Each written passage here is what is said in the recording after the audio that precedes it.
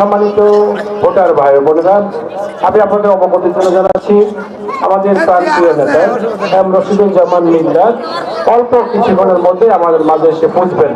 উনি খাওয়া দাওয়া শেষ করে গাড়িতে উঠছেন, এখন আপনাদের কাছে চলে আসবেন। সম্মানিত উপস্থিতি, আমরা একটু স্লোগান প্র্যাকটিস করি। উনি আসলে স্লোগান দিতে হবে, বুঝছেন? আমরা সবাই সমস্যরে তাকে স্লোগানের মাধ্যমে তাকে স্বাগত জানাবো। ওই মিল্লাত ভাইয়ের আগমন, মিল্লাত ভাইয়ের আগমন,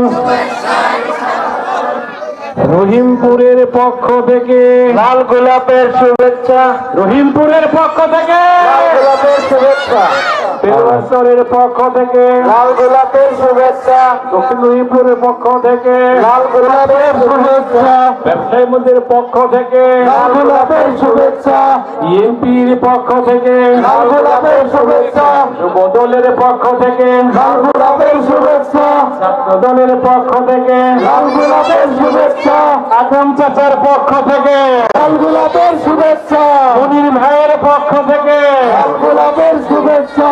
মার্কাটাকে মার্কাটাকে শহীদ জিয়ার সালাম নিন, খালেদা জিয়ার সালাম নিন, তারেক রহমানের সালাম নিন, মিল্লাত ভাইয়ের সালাম নিন, ভোট দিবেন কিসে, ভোট দিবেন কিসে, 12 তারিখে অংশ নিন, 12 তারিখে অংশ নিন। ধন্যবাদ। যখন হিসেবে আসবো তখন আমরা এই স্লোগানটা দিব, উনি যেন বুঝতে পারে আমরা তাকে এখন পর্যন্ত এই রাত্রে 7:30 বাজে তার অপেক্ষায় আমরা আছি। আসলে আমরা বিএনপিকে ভালোবাসি কিনা? আমরা বিএনপিকে ভালোবাসি।